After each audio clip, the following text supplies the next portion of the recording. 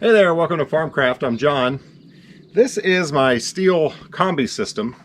You can see right now I've got a weed eater head on it, and I use it as a weed eater quite a lot. But this thing, you can change out the heads on it to be different appliances, like a pole saw, an extra extension to make it a long pole saw, and a brush cutter.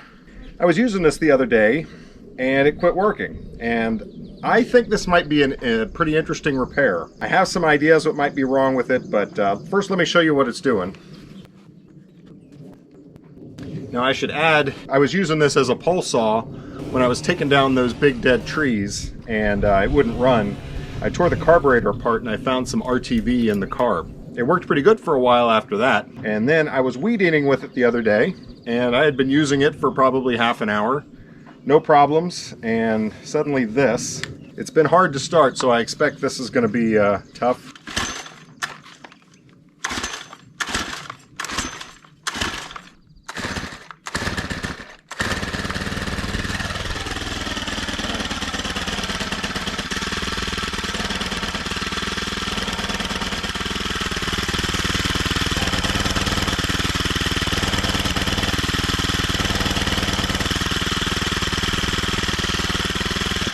So the throttle is hooked up. The carburetor is responding by opening the throttle. You can hear the engine respond to it a little bit, but nothing else happens. You know, when it first happened, I figured some more RTV got in the carb, and I opened it up, and sure enough, I did find some more RTV, and I cleaned it out. I also put a new air filter, a new plug, and a new fuel filter on it, and it still doesn't work. So now where do we go? And that's where this video starts up. I think this is going to be interesting for a couple reasons. One, this is a 4-cycle engine that uses fuel mix, just like a 2-cycle. You actually use 2-stroke engine oil in the fuel that goes in this, but it has valves, a cam, and the engine runs pretty much just like any 4-cycle. So let's start tearing into this thing.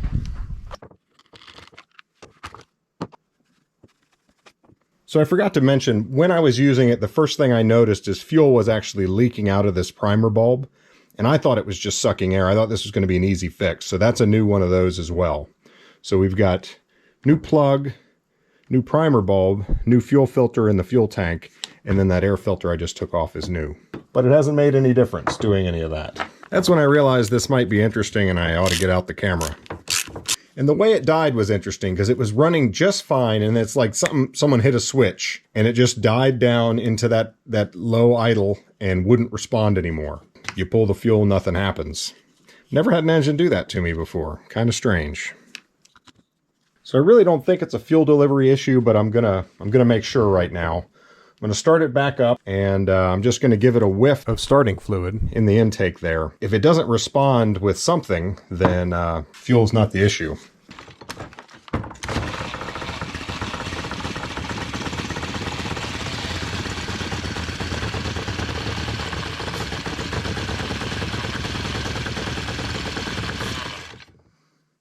No, it's not starving for fuel. So another thing, this thing's harder to pull than it's ever been, which is not a particularly good sign. It certainly has good compression, but I don't think my compression suddenly went up. I think there may be something, I don't know, maybe wrong with the timing. Let me pop this plug out of here.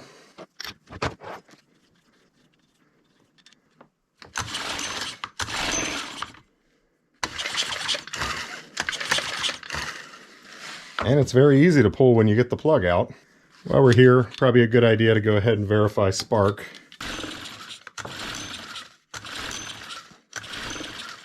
So it does have spark.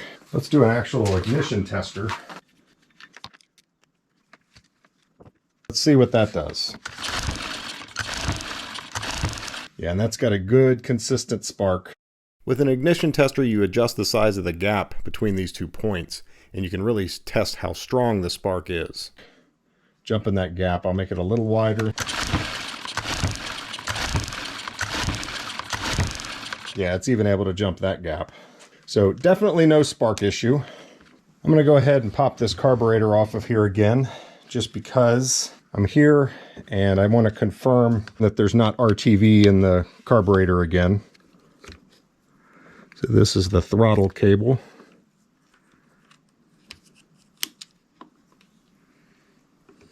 And then This hose right here is the one that the RTV came through twice to get into the carburetor. This hose here is just a breather to the airbox. This is actually fuel from the fuel tank into the carburetor. This, I'm pretty sure, is just another breather. And then this is the hose in question, and it goes down into the crankcase. So I'm thinking that that is for like pulsing to make a little fuel pump in this carburetor. And that is where that hose was hooked up. So let's look behind that.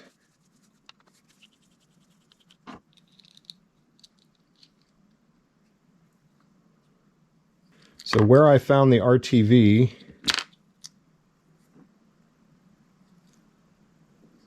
was right in here. And of course there's none in there now. Yeah, that's wide open.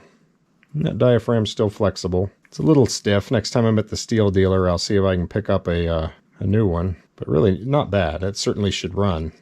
So what I'm thinking is the engine is pulsing, forcing this diaphragm to do the in and out. And don't read into that. And it's causing a pumping action in the carburetor to move the fuel through it. But I don't suspect an issue here because we just tested this, and spraying starting fluid in there, even while it was idling, didn't make it throttle up at all. So I don't think we have a fuel delivery problem.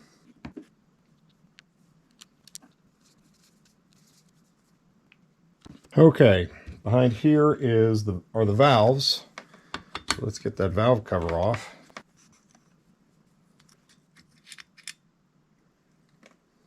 So this thing, you know, it's actually got push rods. Down behind here, there's a little cam. It's a cam gear that pushes on them.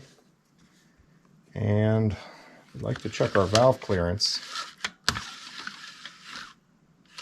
Okay, so that one just pushed, so this one should be good to check.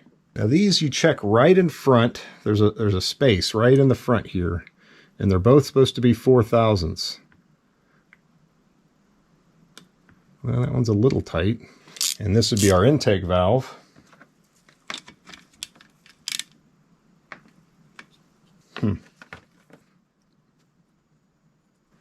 There's another little piece of RTV. This really makes me wonder what's going on in that crankcase. Where'd that stuff come from? Man, those valves are just not moving much at all. So I just saw the exhaust valve. Now I'm at the top, so this should be the intake stroke. I don't think that moved. Is that valve stuck? It's not stuck. The exhaust going up. Now we're at top dead center, so here's intake. All right, it moves, but it's such a small amount. So we're coming back up. It should be compression right here. So right there, I'm top dead center. That valve's good. Yeah.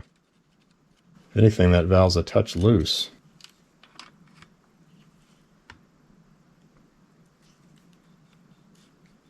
Yeah, that's good. Both of those have good drag now. So I really don't think that was our issue there.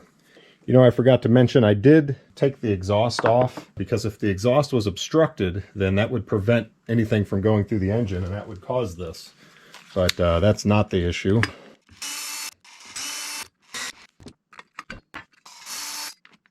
I just don't feel like these valves are moving enough.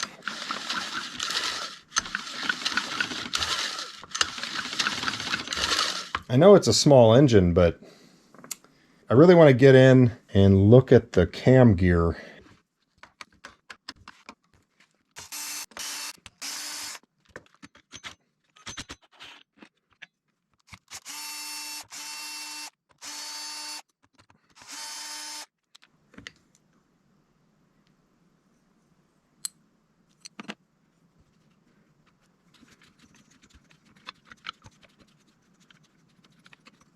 I don't think that cam gear is supposed to look like that. I think it's supposed to be a lobe. But you can see how it's, has it worn down? Because yeah, these are actuating the push rods. When the cam pushes on that, which takes quite a bit of force, actually. Or maybe the hip piston's in the wrong position.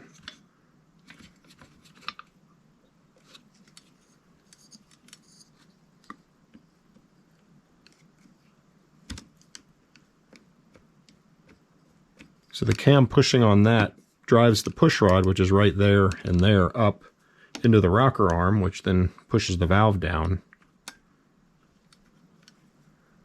And same thing on the intake. Yeah, this cam gear,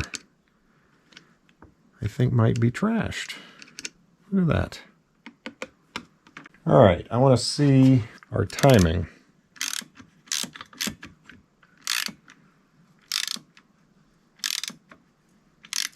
All right, so that is the exhaust. It's getting actuated now. So now intake.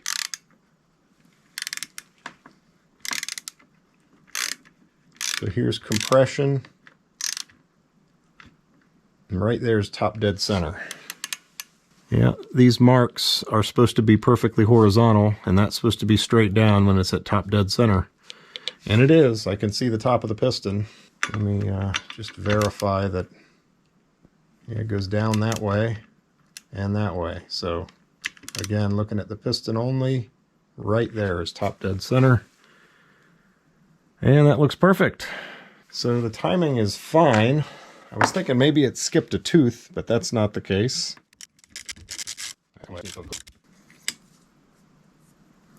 Push rod. Here's the other. Are they the same? Yes, they are. And that whole thing just pulls out of there, huh?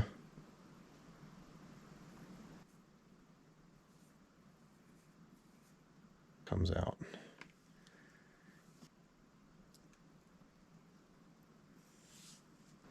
So there's your cam gear. And this plastic here looks melted.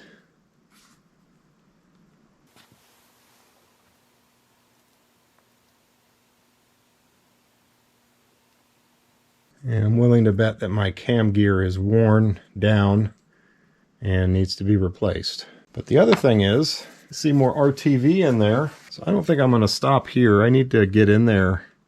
Like there's a piece. I see it down in here. Stihl, why did you put RTV in here? And I think, you know, it probably came from just putting a little too much to make a seal on this.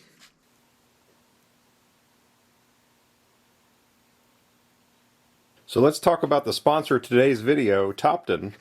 They sent me this. It's a handheld infrared imager, and you can look at different heat signatures right there on the screen. You can download video and still images to an SD card. You can send them to your computer. You can replay them right here on the screen. And it's pretty cool. It tells you a minimum and a maximum. I've been holding on to this piece of steel, or piece of bronze here. So let me put that in the field so you can see that that's hot. And it labels the hottest part on the screen with the red cursor and tells you that it's 78 Fahrenheit. Yeah, I know, I'm American, I use Fahrenheit. And then the coldest part is 63, and that is the green cursor. And then it'll tell you up here on the top left whatever you happen to be pointing at. So if I put the white cursor on that, it'll tell me how hot that is. These things always kind of seemed like a gimmick to me, but I'm finding this surprisingly useful, really useful around the shop and working on engines, hydraulics. I've got this thing pointed at the engine compartment on the lift. It has not been started today. I want to see the coolant circulate, see if there's any hot spots. Obviously the exhaust will get hot. It's really interesting to watch this. It has a false start, but the exhaust pipe and exhaust manifold immediately heat up.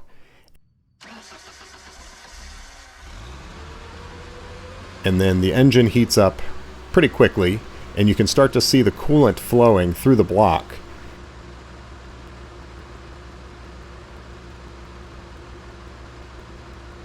And it's not until later that the thermostat opens, and you can actually see the thermostat open a couple times. So I'll put arrows on the screen so you can see what's going on. So here it opens and you see the cool water coming in from underneath, and then it closes again. It gets hot again. It runs like that for a little while, and then it opens again.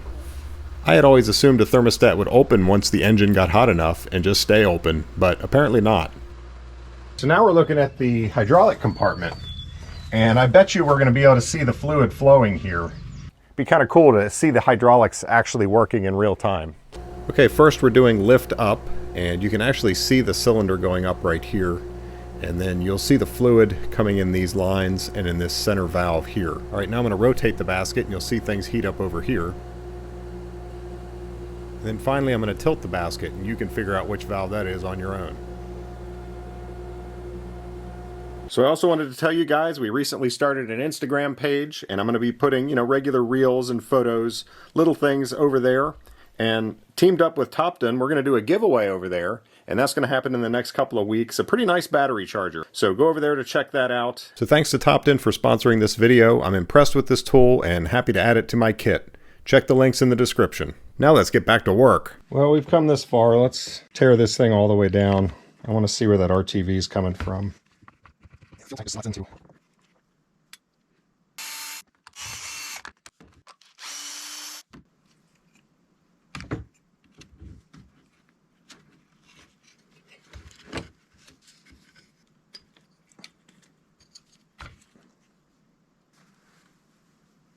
Centrifugal clutch there. The faster that spins, the harder these get thrown out.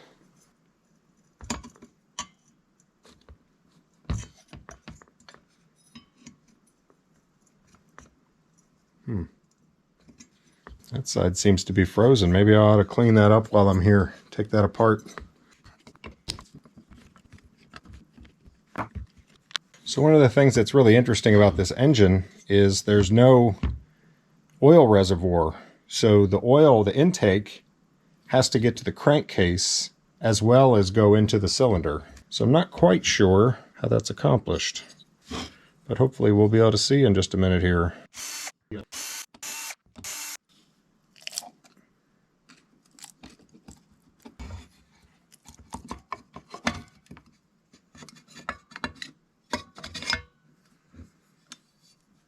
Grief.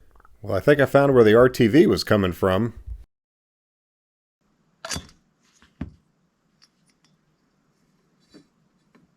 I can tell you it's well lubricated, but I don't quite see how it's getting from the intake. Yeah. Take that cylinder out of there. Hopefully getting it back in won't be too hard. Cylinder, piston, you know what I meant. Yeah, the cylinder walls look really good.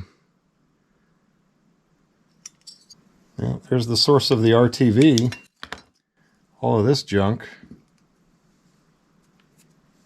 I think I'm going to use anaerobic gasket maker when I put it back together.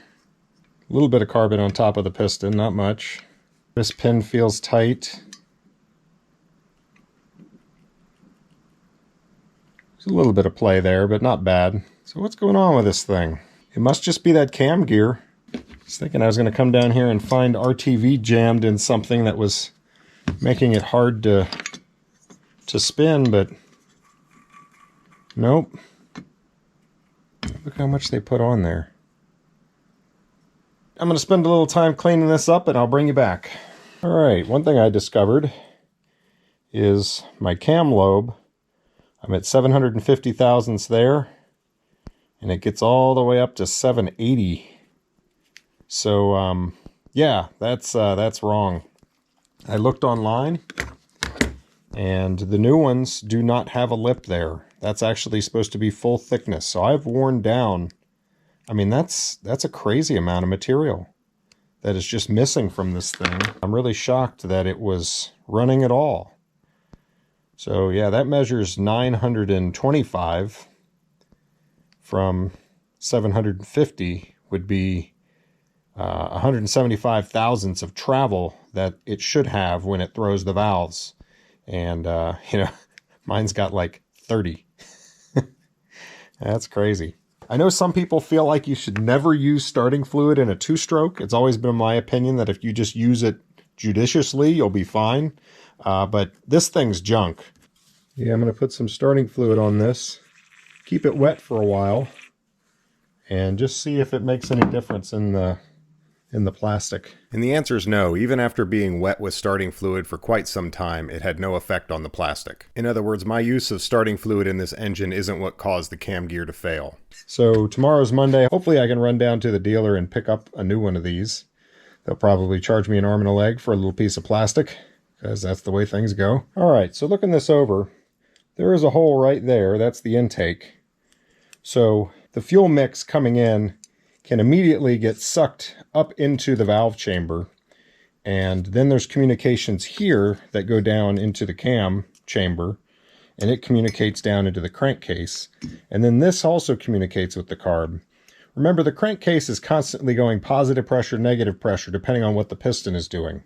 So that's going to be causing that fuel to be bouncing back and forth, and probably a Venturi effect. I'm not sure, but that's how you're lubricating your valves, your cam, and your crankcase. And it does a good job. I mean, it's well lubricated in here. While I'm here, I guess I'm going to go ahead and take these valves out and just get a look at them, clean them up a little bit. I don't think I'm going to lap them. I've reached in. I can't rotate them. I think they're making good seals, but it seems silly to be this far and not at least clean them up a little bit and just take a look at them. So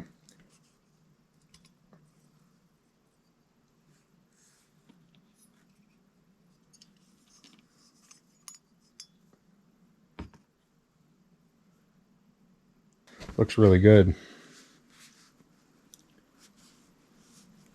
Yeah, clearly the issue was 100% was that cam gear. Why did it melt? So my theory is some of that RTV which got in here and then plugged the carburetor, so that I was probably losing some of that pulsing back and forth, and it wasn't lubricating as well. And the cam gear was the first thing to go. It's a piece of plastic. It melted. Also, remember I said this primer bulb cracked, and it was probably sucking air through that. Well, that means the engine would be running lean. Lean running engines run hot, and also this engine is reliant on the fuel for lubrication, so that would cut down on lubrication further. Put all that together, I melted the cam gear. In a way, it's almost protective to the piston, the rings, and the cylinder, which are going to be able to tolerate that lack of lubrication a little longer than a piece of plastic. Because as soon as that plastic gets hot, it's going to melt, and the thing's going to quit running. And that's what it did. I'm not saying that's a good design feature, but I guess it could be worse. It didn't ruin the engine.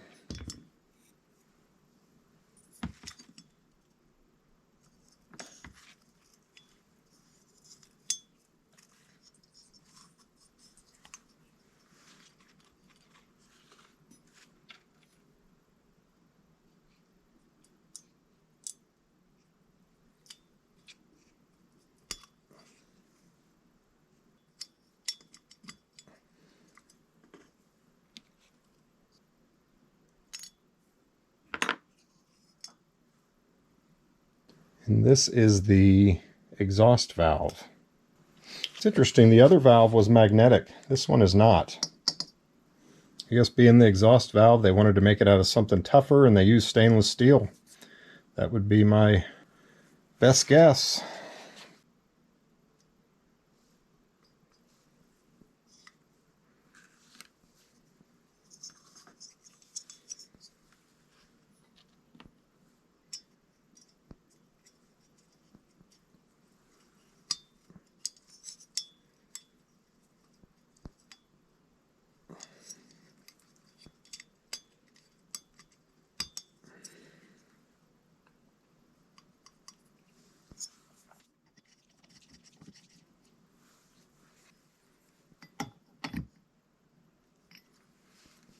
I am going to put some WD-40 down in here and just make sure those valves can hold it.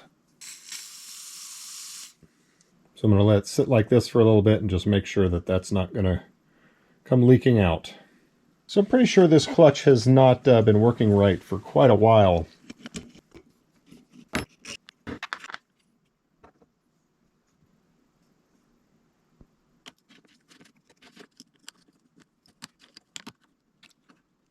So you don't want to use grease because this is a clutch, obviously. It'd be nice to get this rust off of here.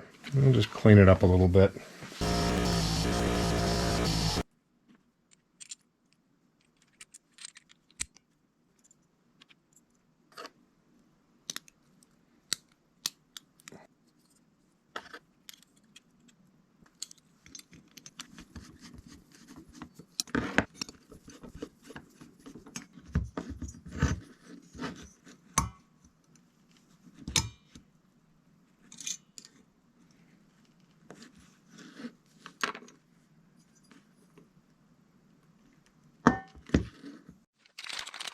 Just using a little bit of dry graphite lubricant on here.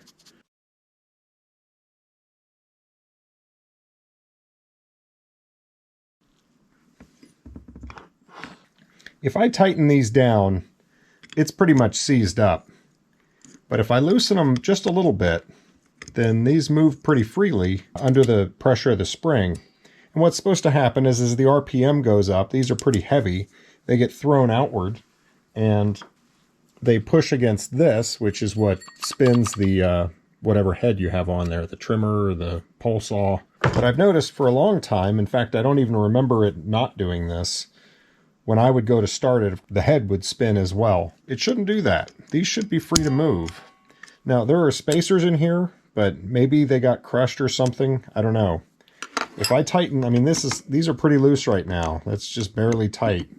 If I tighten them, let's see, I mean, that's what I would just call kind of snug. Yeah, see, already it's sticking. It goes out and it doesn't want to come back. So if I back it off just a hair, it'll come back. I think I either need new spacers, or I think a simpler solution is going to be to put a little blue Loctite on these and leave them fairly loose, but you know, basically just snug them up with some blue Loctite, and I bet you that's going to work a lot better.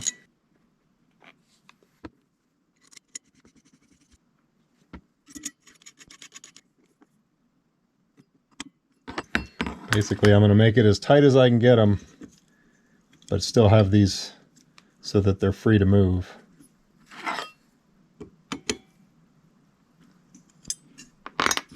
See, that doesn't move, so I'm going to back off. There.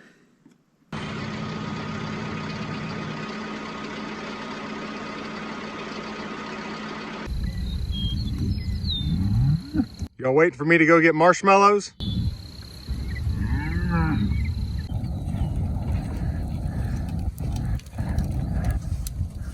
Pretty exciting, isn't it? Y'all never had a bonfire before, did you?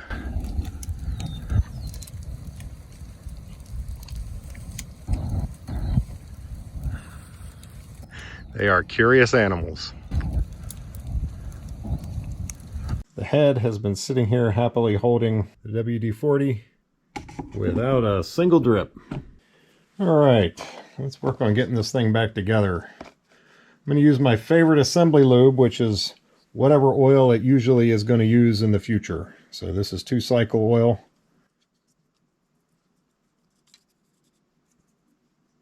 So I've got one gap this way and then the other one the other way. Just have them 180 degrees from each other.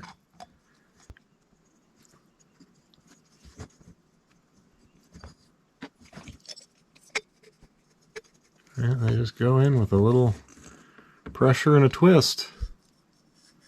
Go right in. Can't complain about that.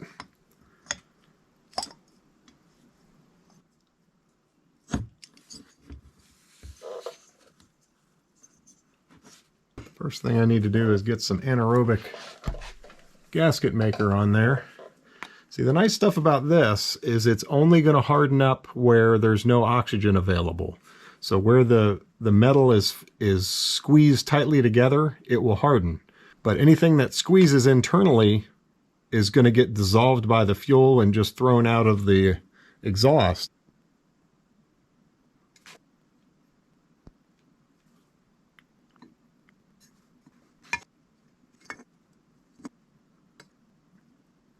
So I definitely put more than I normally would have. There's a groove there I wanted to fill in. Hopefully that'll do the trick. We will see.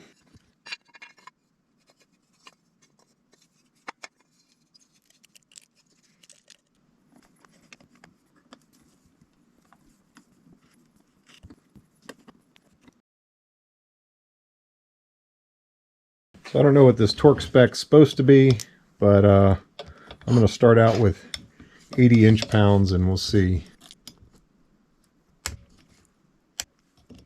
We're going to 90. So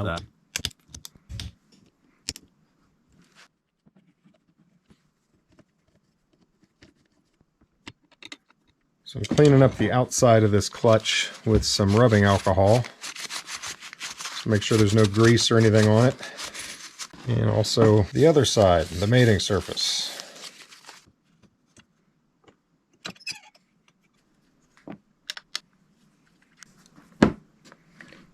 Let's clean that up.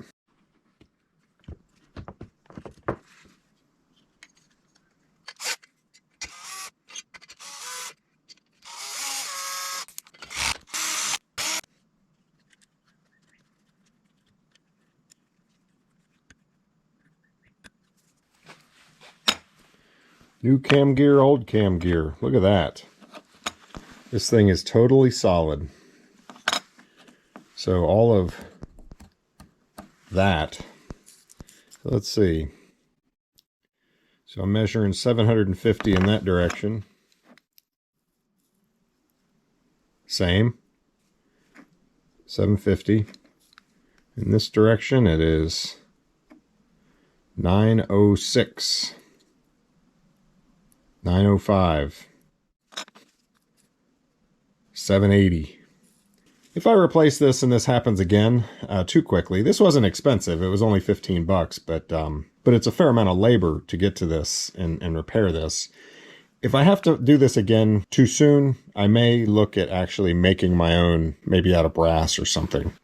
It would be heavier, but it's such a small part I doubt it would matter. So now we can put our new cam gear in. I've got an arrow here and an arrow here, and there's actually some witness marks on the case too. There's a mark there and a mark here, and those are all supposed to line up, but basically the lobe is supposed to be straight down, these are supposed to be horizontal, and with it at top dead center, which it is. So that cam gear be just like that. If I was off a tooth, it would be pretty obvious that that's not straight down and those aren't horizontal. That's off one tooth.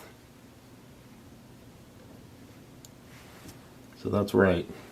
Recycle oil. To be honest, I'm a little bit tempted to grease this to try to increase the lubrication on it, but I mean, it's going to be getting exposed to gasoline mixed with this oil for its entire service life. So if this won't lube it, I don't know what to say. A little closer for you, you can see the horizontal arrows here, pointing at the witness marks here and here.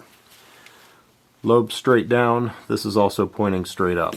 The rocker arms just ride on this shaft, and you just arrange them so that the pads are hitting the same spot.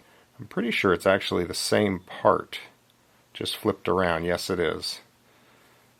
So as long as you have them in opposite directions, and the pads are lined up, should be good.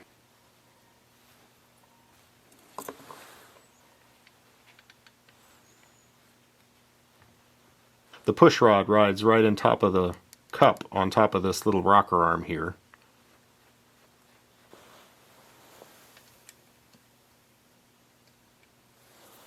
You don't want to adjust the valves yet, because there's still a little play in this. And, you know, valves are adjusted to the thousandth of an inch, so that little tiny bit of wobble there, and also wobble there in those shafts, is going to affect how much it's pushing on the rocker arm. Basically, you need to get this cover on to hold those these two axles in place, and then you can adjust the valves. Alright, I got everything cleaned up. I'm going to use more of this anaerobic gasket maker.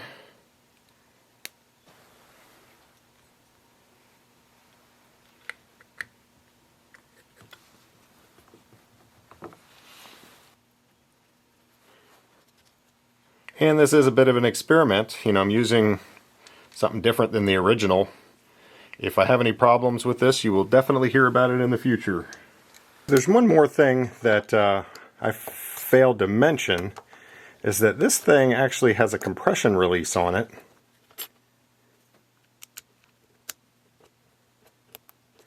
And yeah, it's supposed to poke out here, but it has melted plastic over it.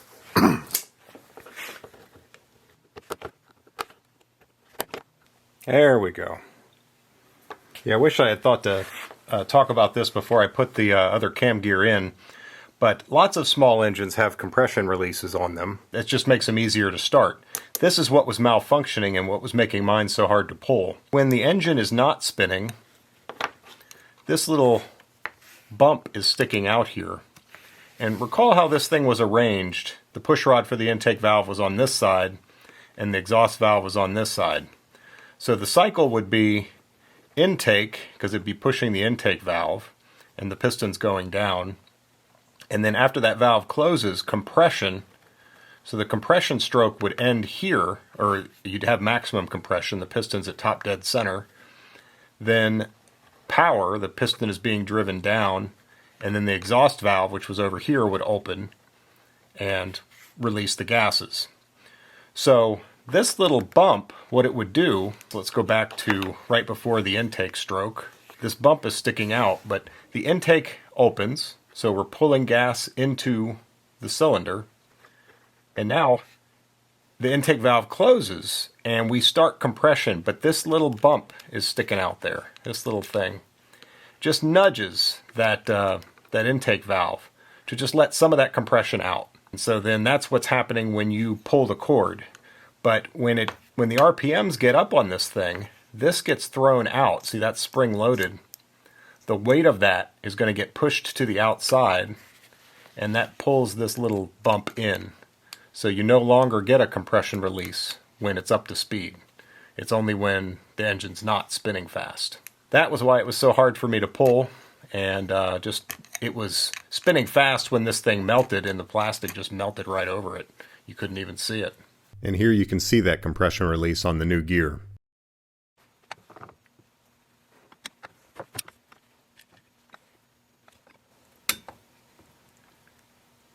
Click. Now we can adjust the valves. And they're both 4/1000ths.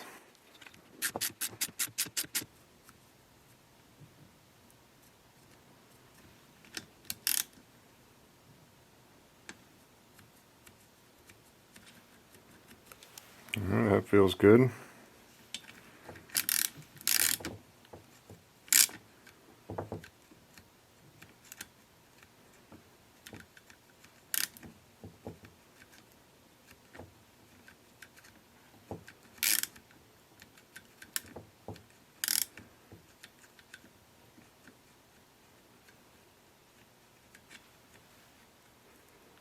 Actually feels good there. Just a little bit of drag. I like it.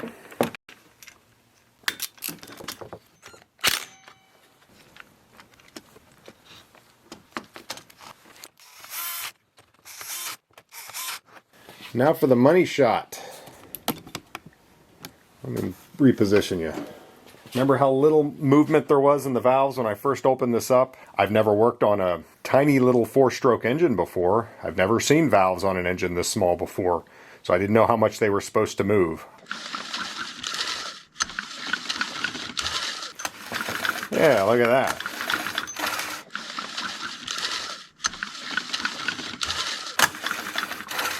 That looks a little better.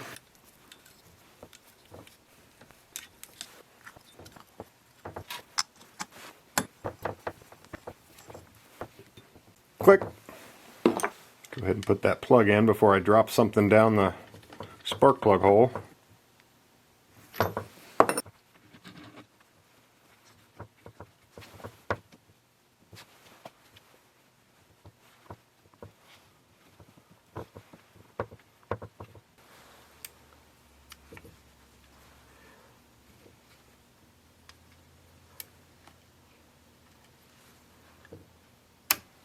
You just adjust this screw which pulls this little arc, this arm here up, so that when the throttle is pulled all the way, there's no additional travel on that carburetor, on the throttle plate. And when it's open all the way, there should be some slack on that cable, and there is. So that's perfect.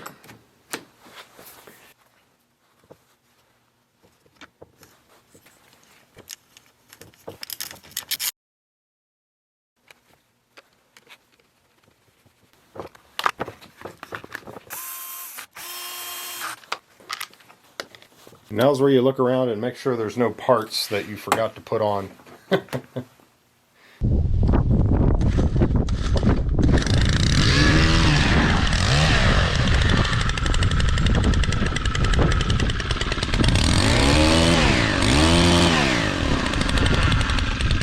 Running good, sort of.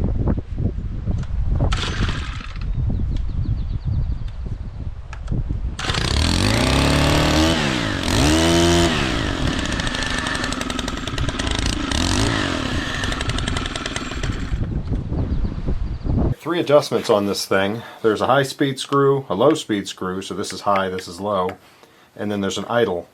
And I think the idle is going to need to turn out a little bit. After putting in new timing, the valves are opening more, it would make sense you're going to have to adjust your carburetor to get it to run right.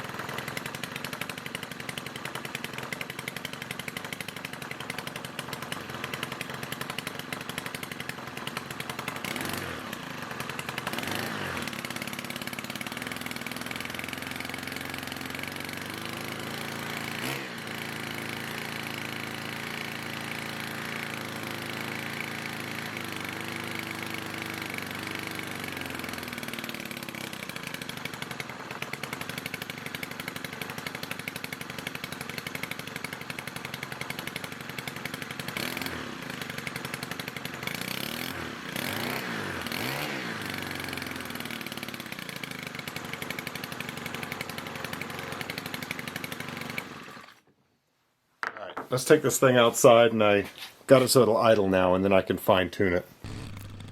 So I took a little while doing some minimal adjustments on the high-speed screw, the low-speed screw, and the idle screw, until I could get it running as well as I thought I could. In other words, it wasn't stalling, it had reasonable pickup when I hit the throttle, and it idled at a reasonable level.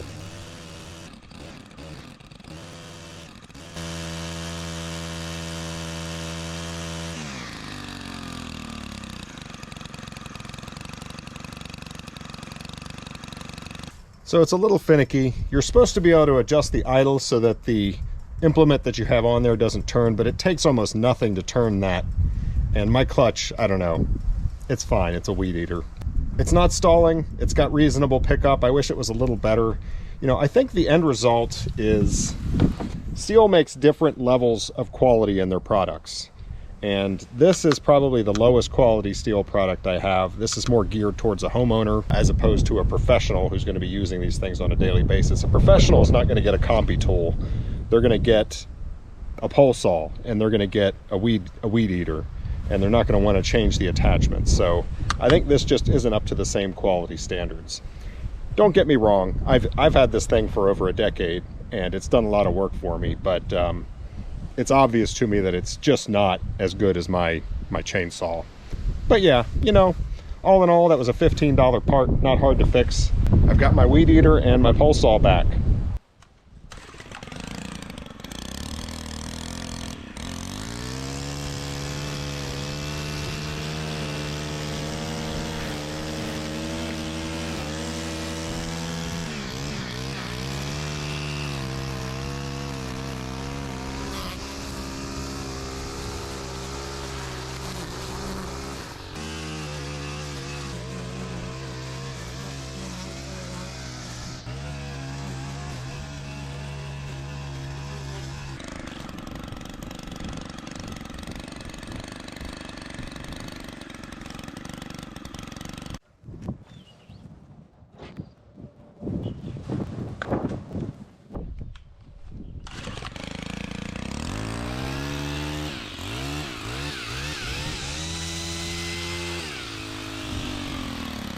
This thing hasn't run that well in a long time.